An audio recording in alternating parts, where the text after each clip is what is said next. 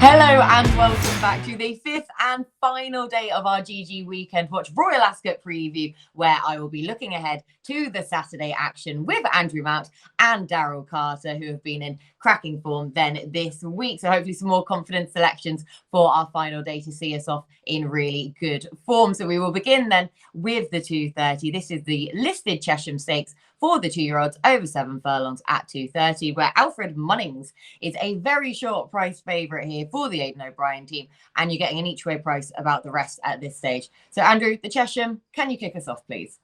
Yeah, when I looked at this race, I thought this was a seller at Ripon because it didn't really excite me. So yeah, I haven't got a clue. I've got no strong opinion about any horse in this race. Some of the ones that I was interested in haven't made the cut. I've only just looked at the final deck, so yeah, a pass from me. Right, a pass on the Ripon seller then for Andrew. Any further confidence about this listed race, Daryl? No, not really. I think Alfred Munnings will win. As the market suggests, looked very, very good at Leopardstown. No time figures to go on, but just a visual basis, just looked very, very good. I don't think there's a whole lot in behind, so probably be disappointed if they didn't get this one a win. Yeah, okay, then well, perfect start to the Saturday. Yeah, so potentially Alfred Munnings is most likely to win and probably a fair price, therefore, according to Daryl there. But Andrew has missed out that one. We will move on then swiftly to the 3:05. This is a pretty open Group 3 up next. It's for Jersey, a race I always like for some reason. I do like these 7 furlong races in general because they're so unique. Apparently not the Chesham though, but with the Jersey, I do like this over the 7 furlongs here. Group 3 for the 3-year-olds, pretty open. Daryl, who are you siding with? Yeah, it's difficult. It's really difficult. I'll tell you why, because if you like Noble Truth at the top of the market, then you have to like Dubawi Legend at 12 to 1. And if you like Dubawi Legend, you have to like Takrib Bay. If you like Takrib Bay at 21, you have to like Tuscan. Like, it's like the form lines are that tight. They tie everybody into something or other, and it's very, very difficult. I almost came down on Dubawi Legend, but then it's kind of what I know the 2-length defeat to Native Trow is one of the strongest pieces of form in the race, but in a Dewhurst, but it's the only piece of form he really has. I know he's been in front of a Noble Truth at York the time before, but he's got to bounce back now, hasn't he? And that was slightly disappointing. Al-Flaylia is a horse that I've absolutely adored all of last season. Cost me an absolute fortune last season. It was going to be a Group 1 horse. And then at Ascot last time, I backed bloody Tip Thunder Legend, stupidly, and Al-Flaylia goes and absolutely hoses up. I was livid, Kate. Honestly, livid, right? I thought about quitting the game there and then. But I kind of just want to get away from all of those form lines because I think they're all kind of Group 3 horses. I think they're all Group 2 horses. I think they're all kind of as good as each other. So I wanted to take a chance on MONAADAH, who I put up at Newcastle, and just like it was a terribly slowly run race. He was well positioned, he was headed, and then he came back and won, luckily enough, on the line. But then we went to Kempton last time. It was a real big step forward. Now, he had the run of the race, and audience is probably worth a little bit of an upgrade, and probably is too big at around 20 to 1 in the comparison. But I just really like this MONAADAH. I went back to the Maidan run, and just this horse just got to relish fast conditions, back on turf, completely unexposed. It's just got more, definitely got more to come. The choice of Jim Crowley over Al-Flaylia. And so, yeah, I just kind of wanted to get away from all those Group 3, 2, 4 lines from last year and side with something a bit fresher, and that's MONAADAH. Yeah, so MONAADAH then after Al-Flaylia. Between Al-Flaylia and then Maljoom, yeah, Daryl was hanging on by a thread. Imagine if those two came back to back, those two results. Yeah, just talking about Maljoom, right? There's a horse in here called Roshigiana, who Maljoom ran down in the German 2000 Guineas last time. Had the run of the race, but Maljoom did have to work hard to pin this horse back. The slight concern I would have with the horse is that I don't think the horse ever run on a straight track. I might be wrong, but I've tried to look, and I don't think the horse ever run on a straight track. And that performance where the horse had the sort of the run of the race was just so far and superior to anything else the horse has achieved. I'm a little bit sort of skeptical of it, but you might hear a lot of people banding around this horse because obviously Maljoom ran it down last time. Yeah. So may well do then. Like saying Maljune being the most unlucky horse of the entire All right, Kate. season so far, and Daryl was absolutely all over him. Had lumped on him as well, just to add extra insult. I did like your in a dark house impression though at the start there with the intertwining form lines, so appreciated that. Andrew, any intertwining form lines that take your eye in this race? Yeah, I really like Dubawi leg end for this. Had the worst of the draw in the 2000. He didn't have a prayer down the stand side in the swamp, and can forgive that. I know he got beaten a long way. And you look at this record. We go back to the last 12 years. Horses who prepped over 7 furlongs, like the favourite did, are 1 from 97. Horses who won last time out are just 1 from 62, albeit that was Creative Force who won for Charlie Appleby last year. So really, you're looking for a horse stepping up in trip from 5 or 6 furlongs, or stepping back down from a mile. And Dubawi Legend fits the bill, and it's got James Doyle on it. Rides Ascot so well, particularly the straight course. I thought 12-1 was more than fair.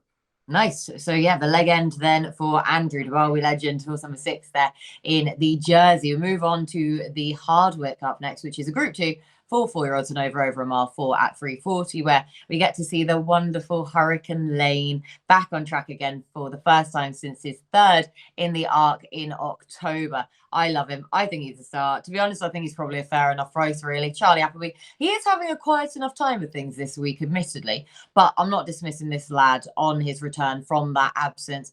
I just want to see him back again in good order. And Andrew, I'm guessing you're probably going to take a different take to that then. Yeah, I didn't have a particularly strong view on the race. I thought Hurricane Lane by far the best horse in the race, but it's first time out. You know, he's got big late season targets. You know, will he be fully wound up? Maybe, maybe not. I'll take a chance with Broom, who was a horse that I was sort of championing as a 10 furlong horse last year. And they kept running over 1.5 miles, and he didn't seem to stay for me. He did end up winning over that trip on one occasion in France, when they you're just allowed to do his own thing. At the run of the race, yeah. Yeah, and they dropped him back to 10 furlongs last time. Yeah, he was only 5th to Alan Kerr at the Curragh, but he probably needed the run. And oh, sorry, this is the 1.5 mile race. Forget everything I've said there. Do you like him back over 1.5 miles? No, I don't like anything. Hurricane Lane. Yay, Hurricane Lane. Join me on the Hurricane Lane bandwagon there. And who cares if he's an odds-on price? I thought I was going to be alone in this one, so I'm happy about that. Daryl, your take, please. Yeah, love Hurricane Lane. This will be the fastest ground he's run on, though, I think. Yeah. And it is his seasonal return, and he might have bigger targets ahead. By far the best horse in the race, undoubtedly. The rest are, our Group 2 horse, aren't they? This is a Group 1 horse and a Group 2. I'm just going to take a bit of a chance on Nolmead's Lafayette at around 18-1. This horse is just improving all the time, and I know kind of like he's been beating the same sort of horses, but he's been doing it easier and easier. And since the headgear's come off, he's won his last 3. This horse was a huge eye catcher at this meeting. Was it a couple of years ago? Was it last year, wasn't it? Last year, yeah. In the Royal Hunt Cup. Massive eye catcher, but since going up to 1.5 miles or 1.25 miles, it's just improved no end. And I do think going up to 1.5 miles could bring out a bit more improvement. There's only raced over the trip twice, won one of them. The other one was over 1.5 miles where he finished 3rd. But I just think this horse is improving. And I don't think you can say that about many others in the field, including Monaadahj, who I think, I know he's got a big rating of 117, but I genuinely think he's been well placed to earn that rating, in all honesty. And I think being put in your place by Bay Bridge last time was like compelling of that, really. So at 20-1, Lafayette each way, hopefully all 8 stand their ground. Yes, yeah. So like you say, yeah, just do watch out for that then. If all runners do turn up, then Lafayette 20-1 then. So a nice each way angle into the Hardwick for Daryl. The 4:20 is a Group 1 Platinum Jubilee Stakes. This is for 4-year-olds and over 6 furlongs, where we are waiting to see which of the horses, we were waiting to see which of the horses who ran in the King's Stand were going to do the quick turnaround then and go in the Platy Jube here. And I mean, King's Lynn, he's having the quick turnaround, at least as he did last year when he then went and ran in the Wokingham last year. But he's obviously bidding to do it in the Platinum Jubilee this time around. And of course, it is disappointing that we don't have Nature Strip trying to do the double this time around between the King's Stand of a Platinum Jubilee. Understandably, though, because Chris Waller has home affairs in here, and I doubt Coolmore would have been overly happy had they gone and run Nature Strip against him on the Saturday. So Home Affairs, I think, will take all the beating because I just think these Australian sprinters are so much better than ours. And that was proven on the first day of Royal Ascot, of course. But for me, Creative Force, I can't leave him alone at that each way price. I love him. He's just wonderful. I know people will ask questions of him over the ground. But if you remember at the start of his career, so many people were asking whether or not he was going to cope with the juice in the ground that he was facing at Newbury on his fifth start there in the listed Carnarvon Stakes, and people wondering whether or not that would factor into him. And now he's sort of being considered more so as a softer ground horse, but I have no concerns. I think he's very variable with his ground preferences. His Ascot record is solid. And in a well-run race, the stamina could well come to the fore on this sounder surface anyway. So from a betting perspective, Creative Force each way for all that. I think that Home Affairs will probably win. But Daryl, who do you like?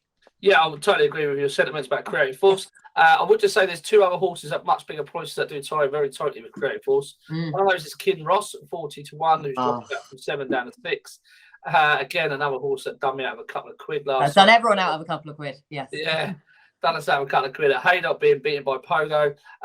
If you go back last year when he was beaten by Creative Force in the Champion Sprint, he got absolutely no run at all. He travelled really strongly through the race and just couldn't get anywhere through any gaps to the leaders. And I thought it was quite an eye-catching performance. He's very unexposed at 6 furlongs. The ground, I know everyone keeps saying, he wants soft ground, but I don't know. I'm not entirely convinced by that. I thought the run at Haydock last time was perfectly satisfactory. I thought he just shaped in desperate need of the run, actually, on reflection of that race. I thought he switched his legs, quickened up nicely, and then his effort just petered out towards the finish.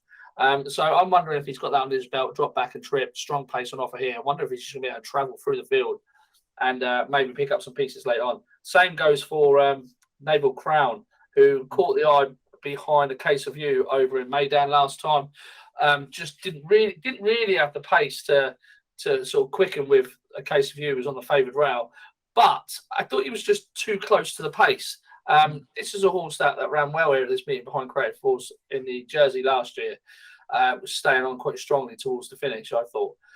I think 6 furlongs is definitely his trip. And he's a strong stayer at 6 furlongs. So, again, I'm hoping if they can just be a little bit more reserved with Naval Crown, he just might be able to pick up some pieces as well. They're very tentative selections, I must admit. They probably won't go in the column, but those would be the two at prices that I'd go against the top of the market with. Yeah, very big prices though for the pair of those, 33-1 a piece then for both of those, like you say, sort of tentative selections at this stage. For the Platinum Jubilee, Andrew, who do you like? Oh, we've got you on mute. So every time you say Platy Jubes, we're deducting £50 from your wages. Never, so, never. I will continue to say it. You owe us £249. I've got another few weeks out of this yet, I think. Never mind Chris Waller, but what about Chris Wall? He's got Double or Bubble here. Double or Bubble's a wonderful mare. She's had 8 runs over 6 to 7 furlongs on good or quicker ground. She's won 5, finished second in the 3 others. When she's had a big field, it's 4 wins and a second. She's going to love the tempo of this race. She probably can't beat the Australian runner, Home Affairs, who of course beat Nature's Strip on his penultimate start. As for Daryl's suggestion that the Australians will start coming over here and winning our races, well, they did that about 10, 15 years ago, didn't they? And then stopped coming because the prize money was crap.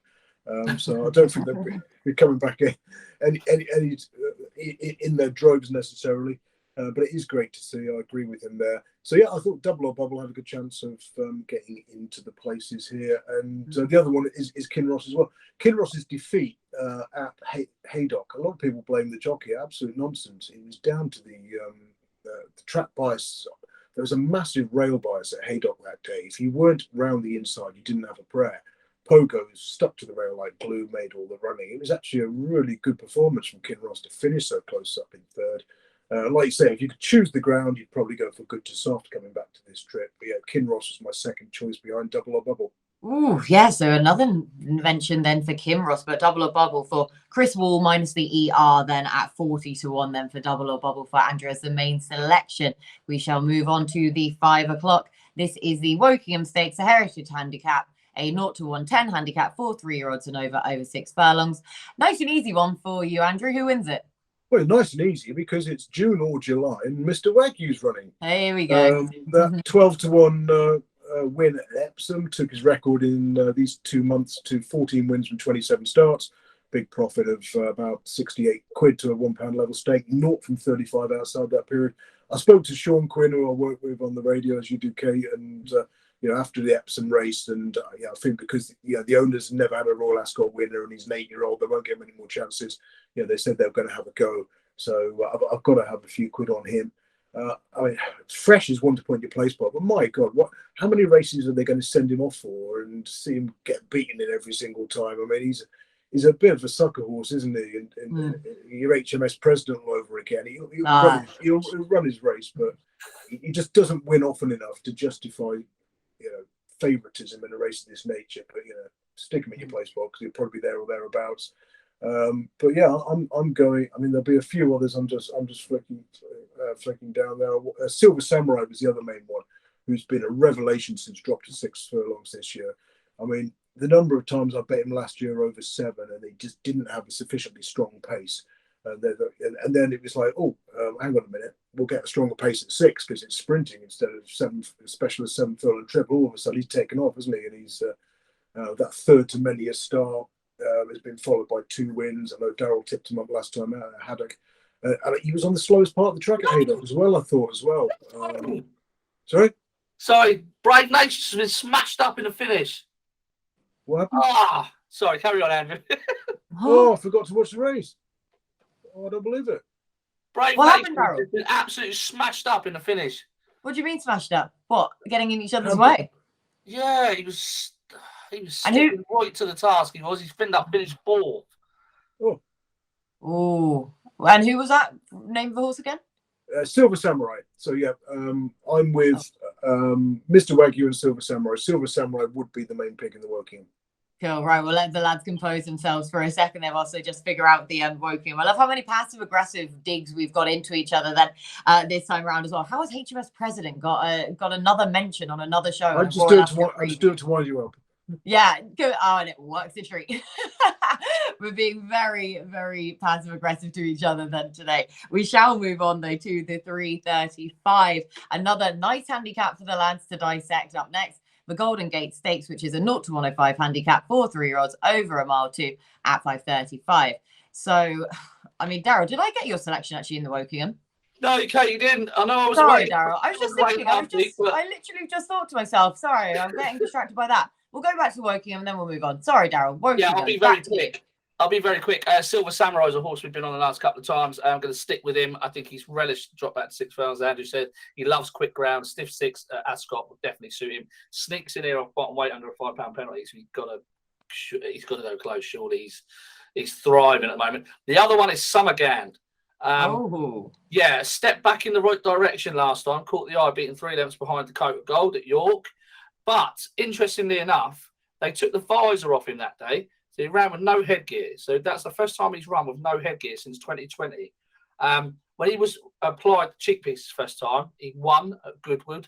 And when he was applied the visor first time, he won at Lingfield. We know he's more than capable of this mark of 101. He goes well here at Ascot. He's been frequently seen in group company at this meeting previously, or any Ascot meeting in group company.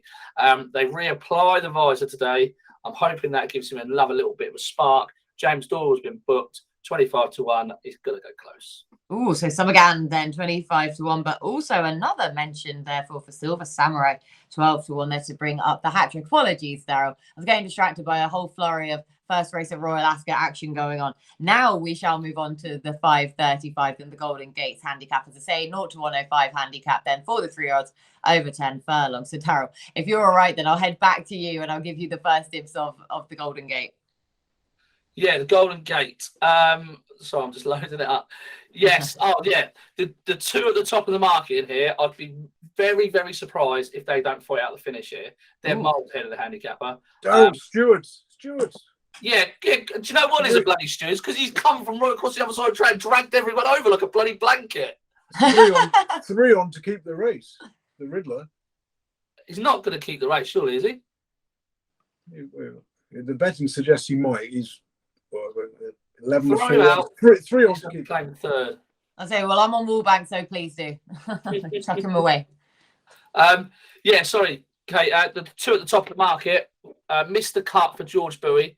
His form has worked out remarkably well wherever you look. He was behind New London on debut, but he's a massive eye catcher there. He's off a mark of 95 on his handicap debut. He is definitely better than 95. He could be a group class animal. And Falling Shadow for Charlie Appleby, who was just very, very impressive when winning at Newbury. Disqualified at Wolverhampton time before that for a banned substance. But he looks a beast. He looks a real beast. And it's no surprise that he's the choice of William Buick here. Mind you, it's Gosden that's got the other two, Iron Blue Trail.